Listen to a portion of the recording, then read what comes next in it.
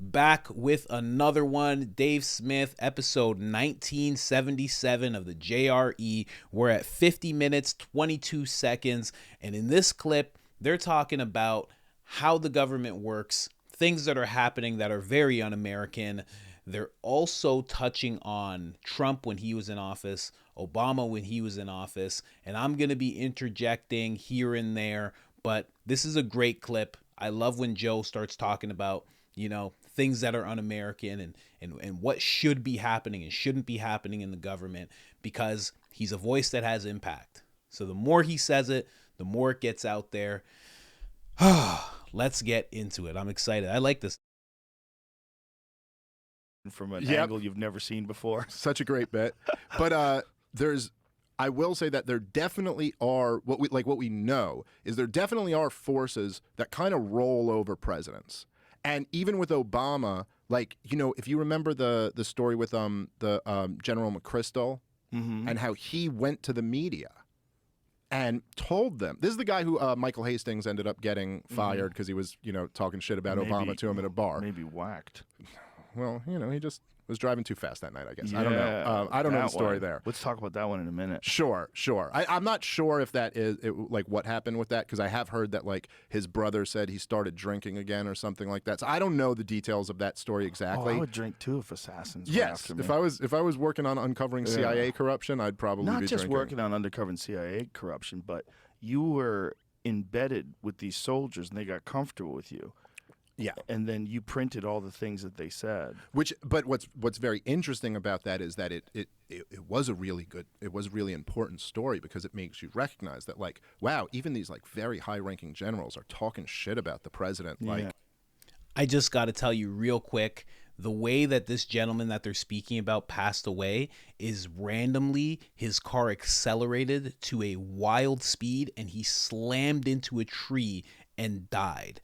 And they say that it was like a suicide, he was too drunk type of thing, but it just didn't make any sense. He was in the midst of, uncovering a lot of stuff, and the speed that he reached, it just didn't make any sense. So people think that there's something more to his death, because the way that he died, it just, people were saying that he was drinking again, but for him to die the way he did, it just, and especially at the time, at such a pivotal time in his research, in his uncovering things, it just made no sense. Let's get back to it.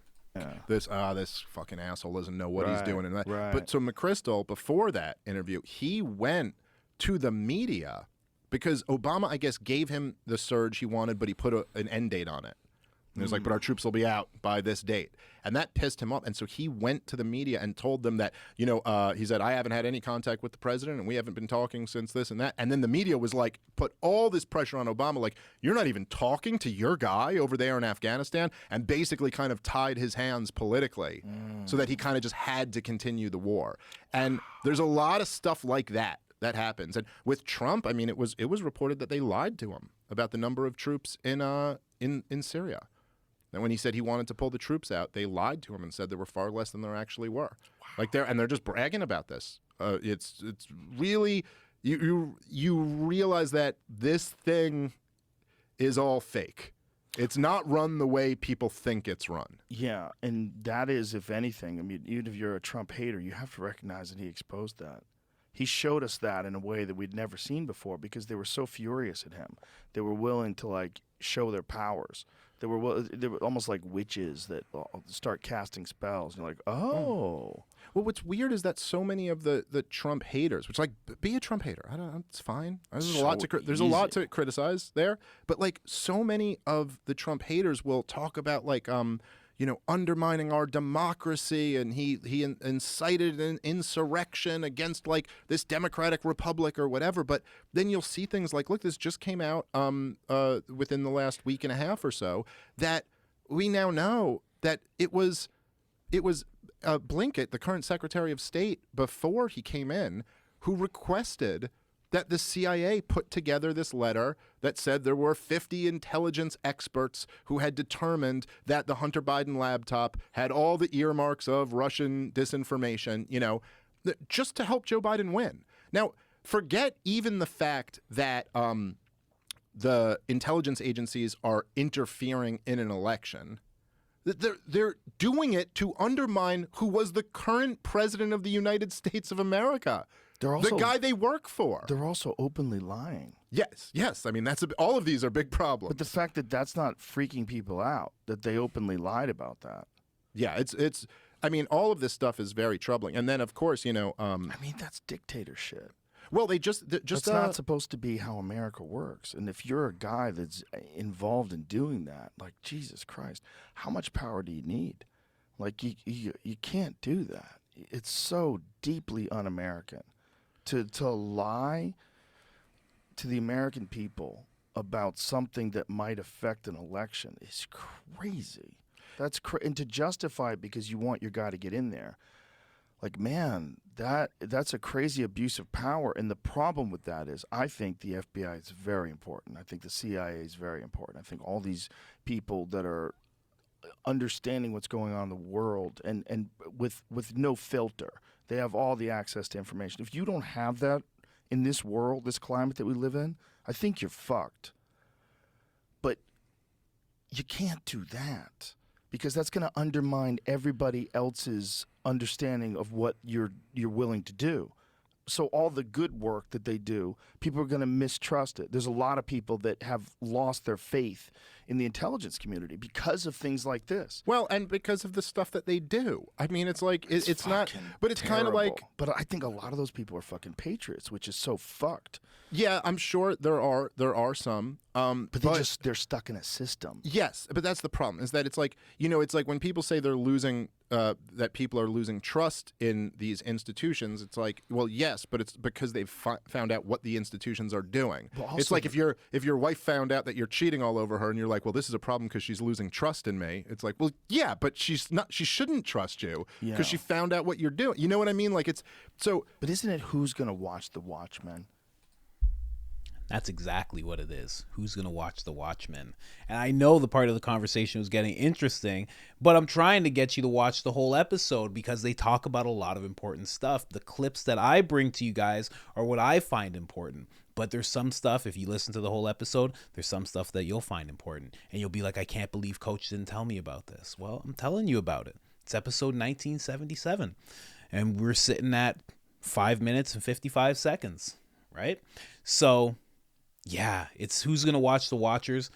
And then also when you go back to what they were talking about with Trump and how Trump exposed this in such a big way because we saw how angry they could get. We saw them use their powers in a way that we hadn't seen before.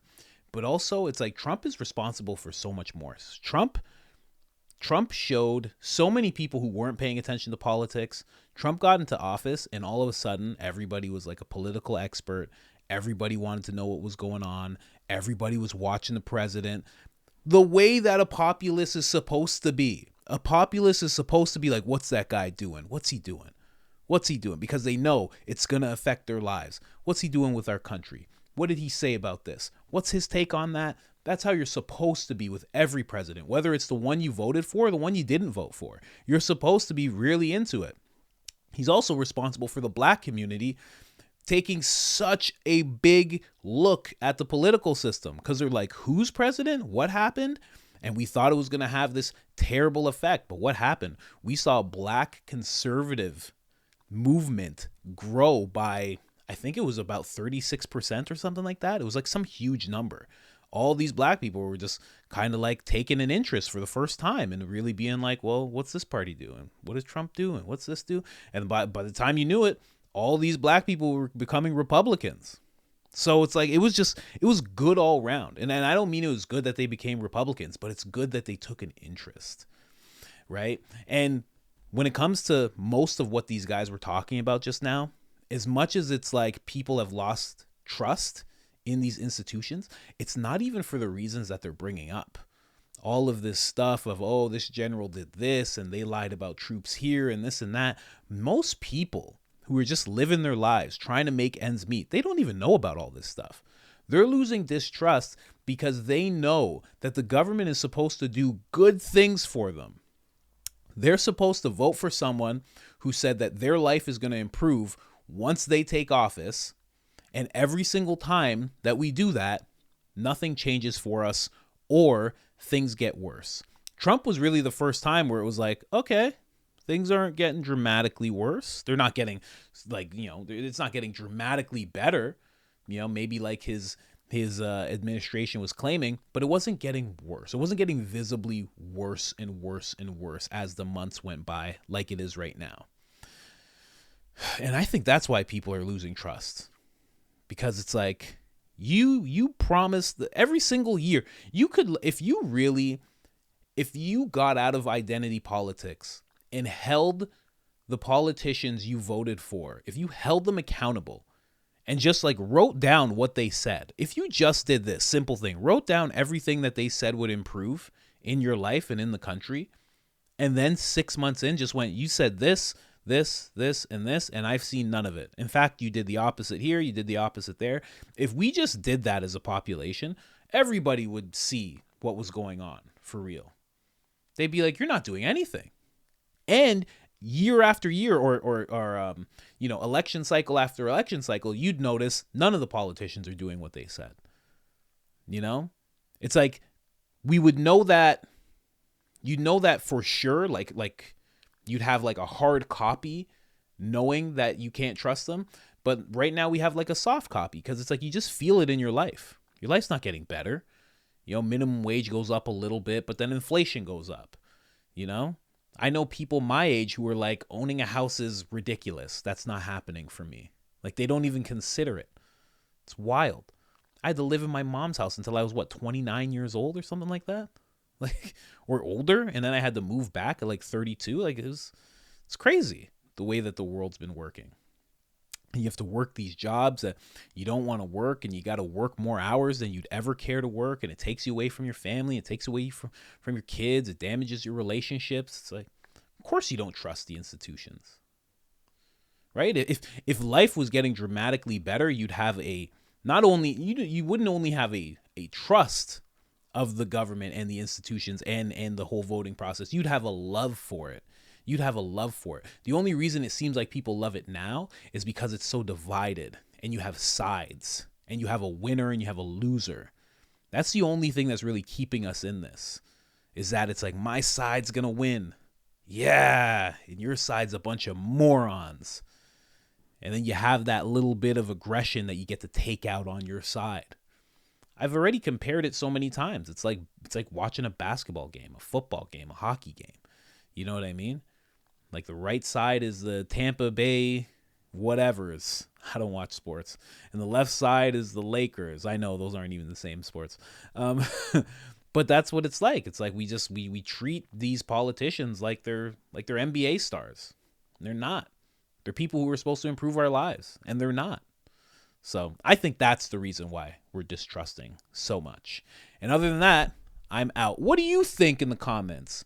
Why are you not trusting? Or maybe you are trusting. Maybe you do like the process. Maybe you have seen improvements of your life. I want to hear that side of things too. Let me know in the comments. What's going on with you? Are you feeling a lot of trust for what we have in place right now and who we have in place right now? Or are you feeling a lot of distrust? Let me know in the comments. I'm out.